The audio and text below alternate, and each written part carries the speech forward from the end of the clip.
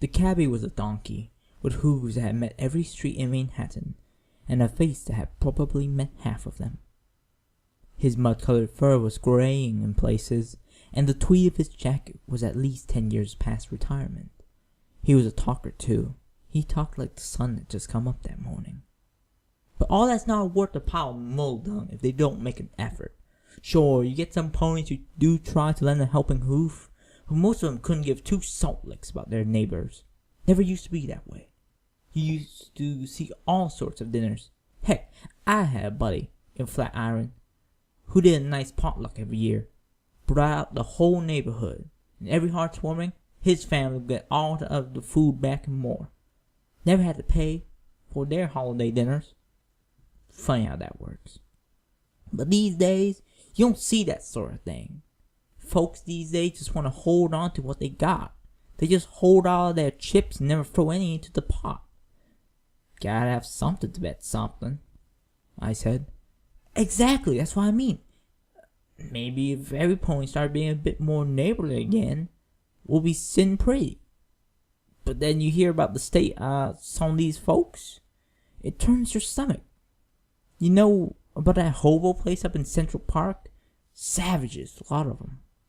What kind of world are we living in, where they let that sort of thing happen? I shuffled in my seats. A dark one, to be sure. True that. It's enough to boil my sides. Don't even get me started on some of the neighborhoods further down on Lower East Side. He let out a whistle. Some of the things I've seen there. I'd almost be of a mind to take to City Hall with a sign or something. But I try not to make myself any more of an ass than I already am. I smiled. Thanks for that. Been in this town for 50 years. First time somebody said that. Crying shame. You're such a nice ass. Oh. He sent a crooked smile back at me. Well, thanks for looking, doll. Grinning wider, I sat back and let my head loll over the back of the seat. I take it back. You're a wise ass. I heard him laugh. The wisest. The rest of the trip went by quick. The wheels seemed to prance along the cobblestone. Auric aspect, lenses and glassware. It was an odd building to be sure. If Barnyard Street were an actual barnyard, it would have been the run-down shack that no pony had used in years, but was too much of a hassle to just tear down. It had to be as old as the neighborhood. The chimney in back was certainly ancient enough. It was just one story, which made the modern buildings next to it seem all the taller. The bricks around the door were covered in cracks and a layer of soot that had to be an inch thick. The windows, though, were clean and clear. I suppose they make perfect sense. A little bell chimed as I stepped through the door. Inside, it was lit the old-fashioned way, with a few candles hanging from the back wall, and a few more scattered around the tables and shelves in the middle of the room. They cast their flickering light on the piles of neatly organized merchandise. At the far end was a counter and a cash register, and a door under which a much brighter light shone. The floorboards creaked and spat dust beneath my hooves. There were rows upon rows of eyeglasses, shelves packed with wine glasses, colored glass plates, and a few large crystal serving trays, telescopes with padded cases, a small display of various decorative items, sculptures, and the likes. One of them drew my eye. A life-size hummingbird sat perched on a wooden branch. Its pure blue feathers flared, as though it were about to leap off and suckle the purple flower which was wrapped around the branch. The little orange sword of its beak was pointed at the cup of the flower, forever reaching out, but never quite close enough. The door in back swung open, and in stepped a bespectacled ochre unicorn of about 50, with the leery eyes and tousled mane you usually associate with an old chemist, or someone else who just put a little too much time into their work. He wore a protective smock over a maroon pinstripe vest, the sleeves of his shirt rolled up past his elbow. From the look he was sending me, he didn't see many coat-wearing mayors in his shop. "Can I help you, miss?" he said, placing a tentative hoof on the counter. I put a hard face on and let my voice dip low and deep. "You do a lot of good work, Mr. Auric. Gotta wonder why you don't do it all the time." I'm sorry?" "I get it, though. I do. It's delicate work. Things break." His glasses magnified the movement of his eyes. It made it easy to see them darting back and forth. "What I don't get," I continued, starting towards him, "is how we can pay you for the good work, and yet wind up with junk like this." I pulled the spyglass from my coat. Even his magnifying lenses couldn't keep his eyes from shrinking to pinpricks. He froze in place, his mouth dropping open as he inhaled sharply. Bingo. "This piece of work just cost us a stakeout. Our employer's not pleased." He finally found his voice. "Now, just wait just a moment. And I'm sure I don't need to mention what he's going to have us do about this betrayal of trust." I looked around pointedly. A lot of delicate work in here. "Please," he burst out. "I swear, Mr. Greenback will not be disappointed again." And there it is, that name again. Very odd hearing it in a little glass shop here. I was on the right street now. I just need to keep out of the potholes. "Please," he said, "let me make it up to him." Next step. I kept my expression unfeeling.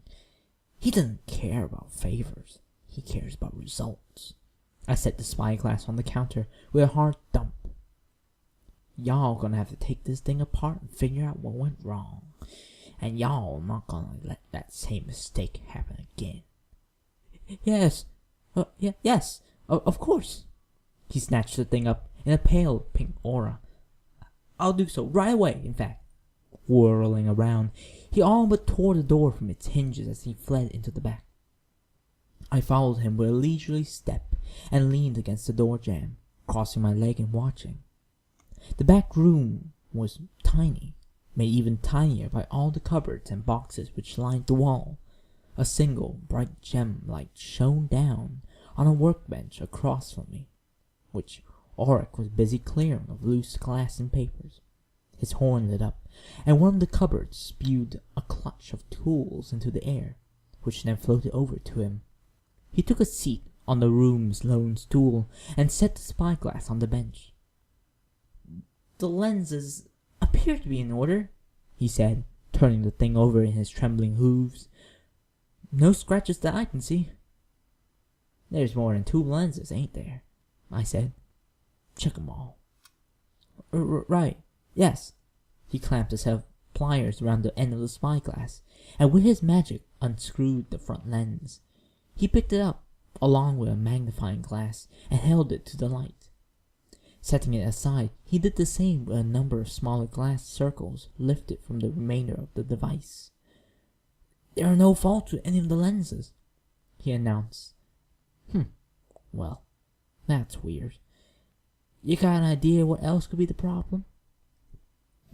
I'll need to check the energy of gemstones," he said more to himself than to me. He leapt from the stool, crossing the room in a flash and rummaging through a pile of tools in the corner. I just need to find my dowsing wand." I watched him from my spot at the door like a dog watching squirrels. "Take your time." He pulled the device like a doctor's stethoscope from the pile. He wrapped the 2 tail ends around his horn, rushed back to the bench, and took the single end to the pulsing gems on the spyglass's outer surface, one at a time. Good, he mumbled. "I don't understand." "What's not to get?" He gulped. Nothing wrong. Nothing wrong that I can tell. He sat as still as a statue in a graveyard, his ears drooping. He didn't dare turn around. I let out a sigh. Nothing, huh? Well, guess that means I got nothing to tell at any point either. Darn. He still didn't budge. I guess I had to make it obvious. We'll just have to keep this little secret between the two of us, huh? That got him. His head jerked around. What? I'm gonna do you a favor, Mr. Auric. What I suggest you do now is take those components and use them in building a bunch of other spyglasses. Nobody will ever know. His jaw hung open. His eyes were doing the scurry again, this time beneath a furrowed brow. It took him a long moment to ask the right question. Who the hell are you? I smiled. I'm just some pony who's trying to figure a few things out. I'm doing you a favor by not saying anything else. His gaze narrowed. There was a very different look in his eyes now. Cop? I didn't say anything else. He shuffled around in his seat, fully facing me. Well, whoever you are, you've got some nerves springing all that nonsense on an old pony. Investigative technique. Nothing personal. You might have just asked some questions. A little mare comes in walking in with one of your special spyglasses and starts asking suspicious questions. Somehow, I doubt you will have answered any of them. Probably not, no? The real question is, are you open to a few right now? The glint in his eyes shifted again. His lips twitched before he spoke. Perhaps I am. Well, thank you kindly, Mr. Auric. I reached inside my coat, taking out my notepad. So, what can you tell me about your relationship with this Mr. Greenback? You mean, aside from what you know already? I've made some guesses. Nothing more. Well, he let out a breath. You know who you stole from, don't you? Sounds like a bunch of gangsters from the Lower East Side. A rather scary bunch of gangsters, in point of fact. He cast his gaze to the floor for a moment. Mr. Greenback only holds on to the slips and the 6 points, but his people go as far as Midtown unopposed. He looked back up at me, shaking his head. Not even the griffins from the rookery can just waltz in any place they want like that. So, he's based out of 6 Point? Do I look like the kind of pony who would know exactly where they're at? That's just what I hear. I don't ask for every detail. So, how did you get involved in all this? He looked away again, licking his lips. A couple of his enforcers came in one day, around 2 months ago. They dropped a few hints at who they were, made sure I knew I'll be a fool to refuse the business. You normally make night vision scopes? No. I didn't even know a night vision spell until they gave me a few pages copied out from some spell book. They sent the gems as well. Sounds like they set you up good and proper. Yes, he said, slowly. They did. How much did they pay you, exactly? He shuffled his hooves uneasily. A fair price for this sort of work, both bit and grain. You ever think about what they could be using these spyglasses of yours for? A heavy sigh escaped his lips, his ears drooping. I lose sleep every night. I nodded. Don't we all? I flipped my notebook closed, stuffing it back into my coat. Well, that's all I need to hear, Mr. Auric. Thank you kindly. He perked up again. Really? You're done? Just like that? Yep. Don't worry. You won't be seeing me again. I turned away from the door, heading back into the main room. Well, wait a minute, he said. I heard his scrambling hooves behind me. Suppose I up and tell him all about you? I looked at him, shrugging. I can't stop you. I would appreciate it if you kept this little meeting quiet, though. That's for your benefit, too. They'll probably want a replacement for that lost spy glass eventually.